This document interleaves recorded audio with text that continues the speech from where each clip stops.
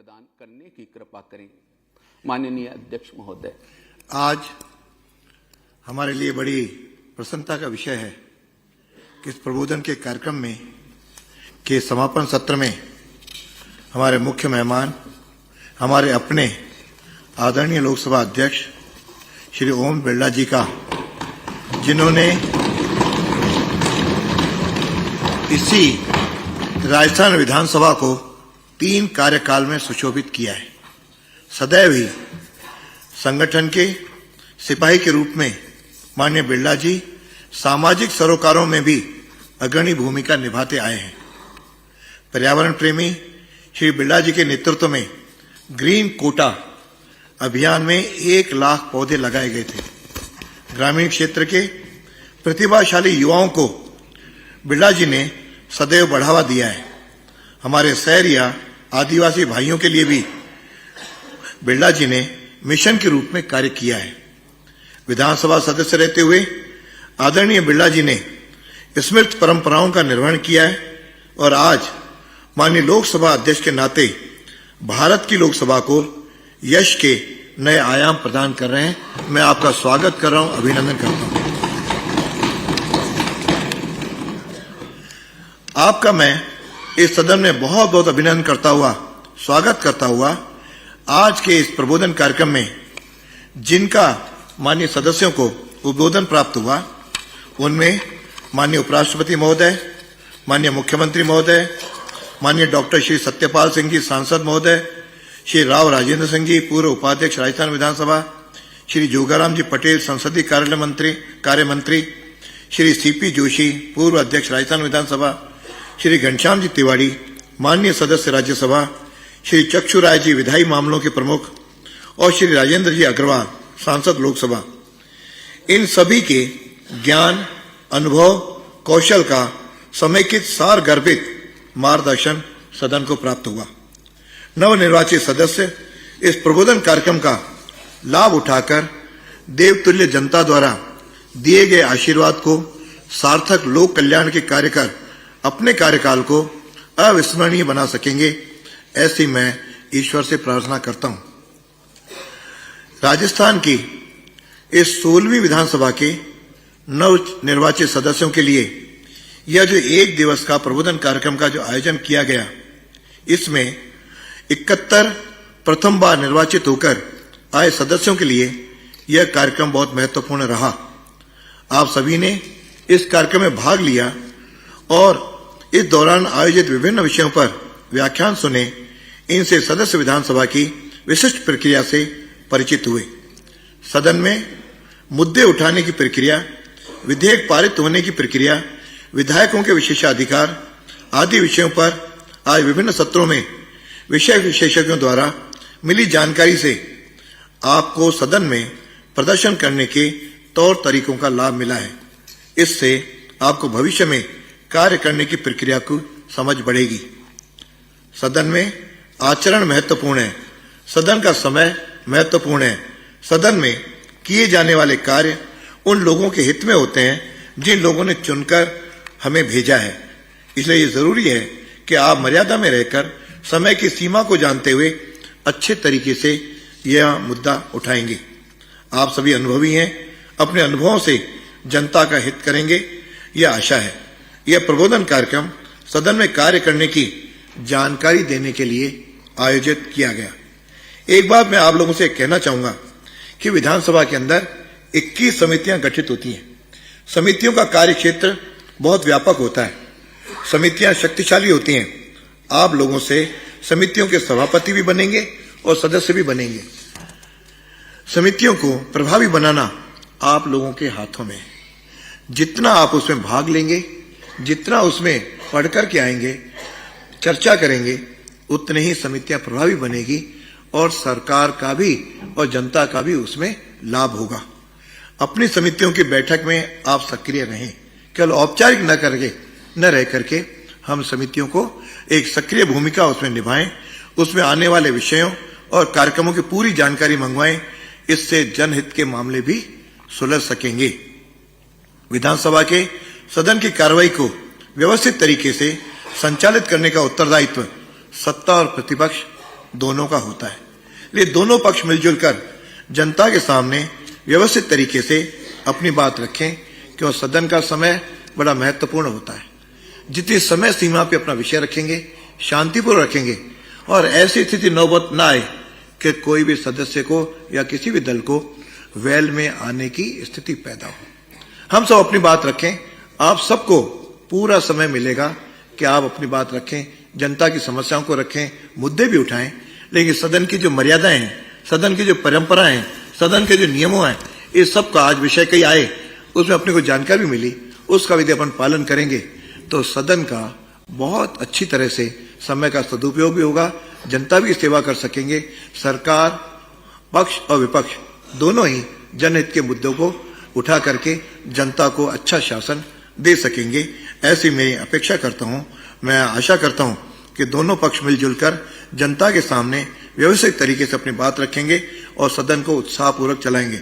मर्यादाओं का उल्लंघन न हो, यह सदन की गरिमा, जो आज देश भर की विधानसभाओं में राजस्थान विधानसभा की गरिमा बहुत ही ऊंची रही है, इसे हम सब लोग मिलकर के बनाए रखेंगे। इतना ही बात रखते हुए आप पधारे हैं सवेरे से और पूरा समय बैठे हैं, मैं आपको बहुत बहुत धन्यवाद देता हूं। जय हिंद, जय भारत। बहुत बहुत धन्यवाद माननीय अध्यक्ष राजस्थान विधानसभा। अब माननीय मुख्यमंत्री राजस्थान सरकार श्री भजनलाल जी शर्मा से विनम्र आग्रह है, कृपया अपना उद्बोधन हमें प्रदान करने की कृपा करें। माननीय मुख्यमंत्री महोदय।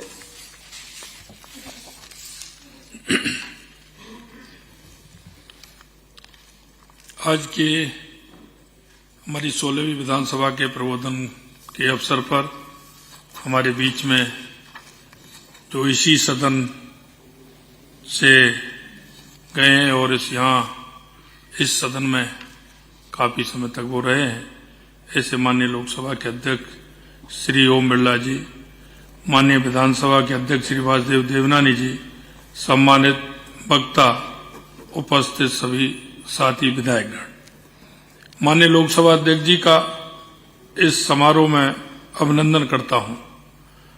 माननीय श्री ओम बिरला जी लोकसभा अध्यक्ष के पद को सुशोभित कर प्रदेश का मान बढ़ा रहे हैं। इस कार्यक्रम के सभी सम्मानित प्रबोधकों का मैं आभार व्यक्त करता हूं। आपने इस कार्यक्रम में अपने अनुभवों से संसदीय प्रक्रियाओं के बारे में हमारा ज्ञानवर्धन किया।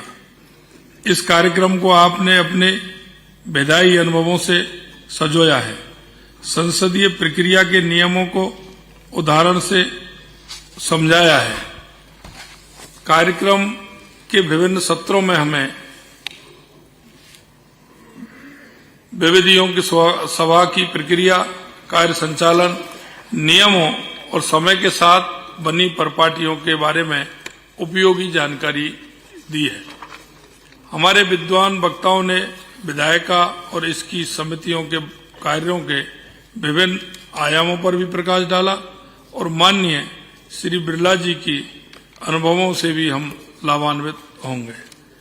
माननीय उपराष्ट्रपति जी ने अपने संबोधन में कहा कि हमारा देश दुनिया की 5वीं आर्थिक महाशक्ति बन गया है। देश निर्माण के इस हवन में आप सभी का योगदान है और विकास की गंगा की शुरुआत विधायिका से ही होती है।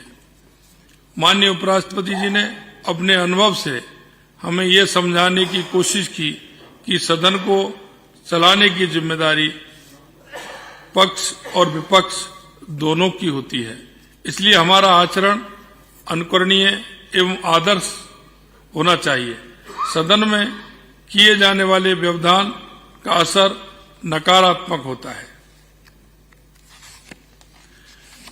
उपराष्ट्रपति महोदय ने हमें भारत की संविधान सभा से प्रेरणा लेने के लिए कहा और बताया कि संविधान सभा 3 साल तक बिना किसी व्यवधान के चली।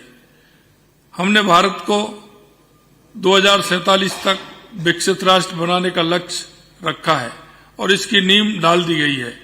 अब हमारा यह कर्तव्य है कि इस लक्ष्य को प्राप्त करने के लिए जी जान से कार्य करें। उन्होंने संविधान निर्माता बाबा साहब भीमराव अम्बेडकर जी के कथन से प्रभावित होकर प्रथम भारतीय, अंतिम भारतीय और सिर्फ भारतीय होने का संदेश दिया है।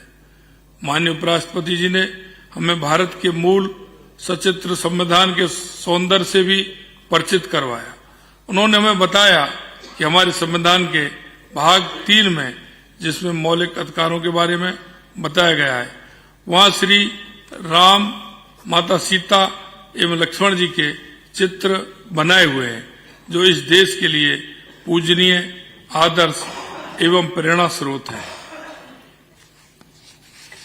माननीय उपराष्ट्रपति महोदय जी ने मुझ में अपना विश्वास जताया, इसके लिए मैं उनका आभारी हूं एवं मैं प्रयास करूंगा कि उनकी उम्मीदों पर खरा उतर सकूं। माननीय विधानसभा अध्यक्ष महोदय ने अपने संबोधन में कहा कि प्रबोधन कार्यक्रम नवनिर्वाचित विधायकों के लिए विधानसभा की विशिष्ट कार्यप्रणाली से परिचित होने का अवसर है। विधानसभा कार्यप्रणाली में परंपरागत होने के लिए निरंतर सीखना आवश्यक है। इसके लिए आपको अधिक से अधिक सदन में उपस्थित रहना होगा। माननीय विधानसभा अध्यक्ष ने सदन में विधायकों के आचरण पर भी रोशनी डालते हुए कहा कि यहां हम अपने विधानसभा क्षेत्र की जनता का प्रतिनिधित्व कर रहे हैं, इसलिए हमें जनहित के मुद्दे नियमों के तहत उठाने होंगे। साथ ही सदन में ऐसा आचरण प्रस्तुत करना होगा जिसका सभी लोगों के मध्य सकारात्मक संदेश जाए। उन्होंने कहा कि सदस्यों की सबसे बड़ी जिम्मेदारी है कि वे सदन में अपनी उपस्थिति सुनिश्चित करें, क्योंकि आपकी अनुपस्थिति किसी भी विधेयक की दिशा बदल सकती है। माननीय पूर्व अध्यक्ष श्री सीपी जोशी जी ने अपने अनुभवों का साझा करते हुए नवनिर्वाचित सदस्यों को सदन की विभिन्न समितियां जैसे कि पब्लिक अकाउंट्स कमेटी आदि के संचालन, गठन एवं उद्देश्य से अवगत कराया। कमेटियों का मुख्य उद्देश्य राज्य सरकार द्वारा एवं उसके विभागों द्वारा खर्च किए गए जनता के पैसों का अवलोकन करना है। उन्होंने कहा कि कमेटी के सदस्यों को पार्टी से ऊपर उठकर सरकार की कार्य योजना एवं बजट निर्धारण में सहभागिता करनी चाहिए। माननीय संसदीय कार्य मंत्री श्री जोगाराम जी पटेल जी ने शून्यकाल के महत्व को बताया कि कैसे शून्यकाल में विधायक गण द्वारा उठाए गए सवालों का उत्तर देने के लिए सारी व्यवस्था तत्परता के साथ कार्य करने लग जाती है।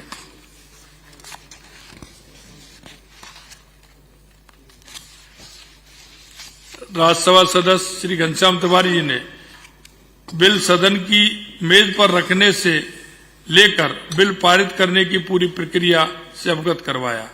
विधायी मामलों के विशेषज्ञ श्री चक्षु राय जी ने बजट प्रबंधन एवं कटौती प्रस्ताव के संबंध में महत्वपूर्ण जानकारी सदस्यों के साझा साथ की। लोकसभा सांसद श्री राजेंद्र अग्रवाल जी ने स्थगन प्रस्ताव, विशेष उल्लेख के प्रस्ताव, अवलंबनीय लोक महत्व जैसे महत्वपूर्ण विषय पर अपने विचारों से हमें अवगत कराया। मेरे लिए प्रबोधन कार्यक्रम सीखने का अनूठा अनुभव था। मैं इसके आयोजन के लिए अध्यक्ष महोदय को धन्यवाद देता हूं। मैं प्रबोधन के लिए माननीय उपराष्ट्रपति महोदय, माननीय लोकसभा अध्यक्ष, माननीय सांसद और अन्य सम्मानित वक्ताओं का भी आभारी हूं।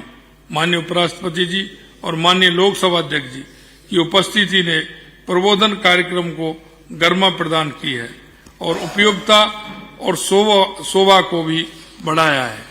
उम्मीद है इस प्रबोधन कार्यक्रम से हमें उपयोगी चर्चाओं के लिए विधानसभा के बहुमूल्य समय का सर्वोत्तम उपयोग करने में मदद मिलेगी।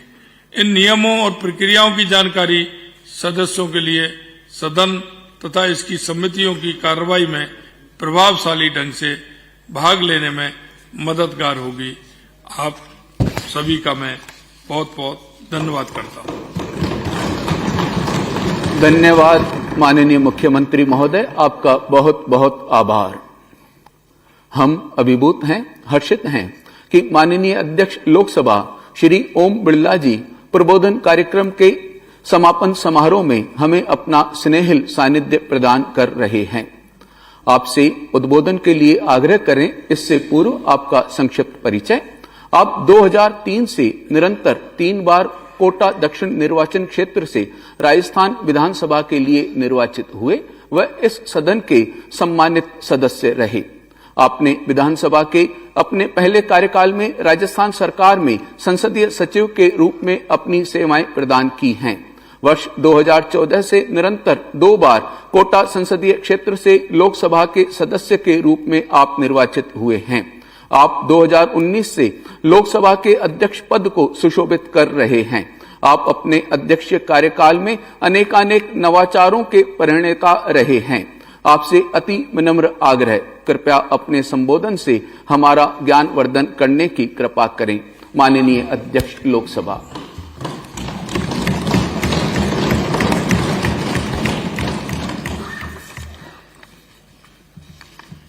शौर्य, वीरता, आध्यात्मिक, जिसकी धरती का नाम पूरे विश्व में है, उस राजस्थान की धरती से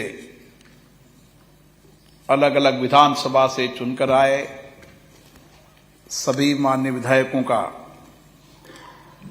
मैं अभिनंदन करता हूं, स्वागत करता हूं। आपको बहुत विश्वास से, भरोसे से जनता ने चुनकर भेजा है और इस जिम्मेदारी के साथ भेजा है कि आप जनप्रतिनिधि के नाते अपने संवैधानिक दायित्वों को निभाएंगे, लोकतंत्र की राज्य की विधायी संस्था में बैठकर लोगों की अपेक्षाएं, आकांक्षाएं, उनको भरोसे को पूरा करेंगे। मुझे आशा है कि आप सब चुनकर आए विधायक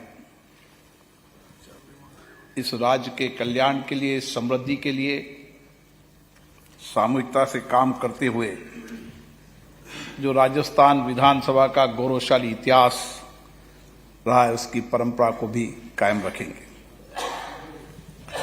राजस्थान का विधानसभा का इतिहास, उसकी समृद्ध परंपरा, परपाटियां पूरे देश के राज्य के विधानमंडलों को मार्गदर्शन देती है। हम सबका सौभाग्य है कि इस विधानमंडल से के नेता के रूप में हमारे वरिष्ठ नेता माननीय उपराष्ट्रपति जी, जिन्होंने लंबे समय तक राज्य के मुख्यमंत्री के रूप में, प्रतिपक्ष के रूप में काम किया, उन्होंने इस विधानसभा की समृद्ध परंपरा कायम की। मोहनलाल सुकाड़िया हैं, जयनारायण व्यास साहब हैं,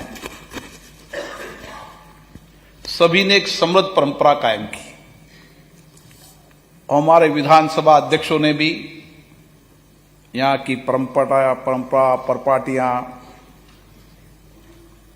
नए इनोवेशन करके इस विधानसभा की गौरवशाली परंपरा को बढ़ाने का काम किया। हमारे राजस्थान के इतिहास को जब देखते हैं तो हम पाते हैं कि यहां पर जब राजाओं का राज हुआ करता था उस समय भी लोकतांत्रिक प्रक्रिया हुआ करती थी। उस समय भी विधानसभा में कुछ निर्वाचित, कुछ मनोनीत सदस्य होते थे जो उस राज्य के कल्याण के लिए काम करते थे। और हम भारत के इतिहास को जब देखते हैं तो भारत का इतिहास भी हमेशा हमारी लोकतांत्रिक परंपरा, परपाटियां, हमारी जीवन शैली में लोकतंत्र रहा। इसलिए राजस्थान में विशेष रूप से लोकतंत्र की विचारधारा, लोकतंत्र की कार्यशैली, ये हमारे विचारों में रही है, हमारी कार्यप्रणाली में रही है। इस नाते आपका सौभाग्य है कि आपको राजस्थान विधानसभा का सदस्य होने का मौका मिला है। मुझे भी इस विधानसभा के सदस्य होने का मौका मिला। यहाँ के अनुभव का, यहाँ की कार्यप्रणाली की, यहाँ की परंपराओं का लाभ मुझे मिला और मैंने कोशिश की कि देश की सर्वोच्च संस्था लोकसभा के अंदर हम अच्छी परंपराएं, अच्छी प्रॉपर्टियां जो मेरे पूर्व अध्यक्षों ने इस लोकतंत्र के मंदिर में कायम की, मैंने उन्हीं का अनुसरण करके उसको आगे बढ़ाने का काम किया। आज हम सब गौरवशाली हैं कि दुनिया के अंदर इतने बड़े देश में लोकतांत्रिक प्रणालियां, हमारी चुनाव व्यवस्थाएं निष्पक्ष, निर्वाध, पारदर्शी, ये दुनिया को अचंभित लगता है। जब P20 सम्मेलन में कई देशों के स्पीकर आए तो माननीय प्रधानमंत्री नरेंद्र मोदी जी ने बताया कि किस तरीके से हमारे यहां पर चुनाव प्रबंध प्रणाली है। 90 करोड़ मतदाता, अनुमानित 70 करोड़ मतदाता मतदान करते हैं और राज्य के से लेकर पंचायत से लेकर दिल्ली तक हमारी सभी संस्थाएं लोकतांत्रिक तरीके से चलती है, लोकतांत्रिक परंपराओं से चलती है, लोकतांत्रिक निर्णयों से चलती है। और इसी विधानसभा के अंदर हम चर्चा, संवाद, विचार विमर्श, लोकतंत्र की ताकत, सहमति असहमति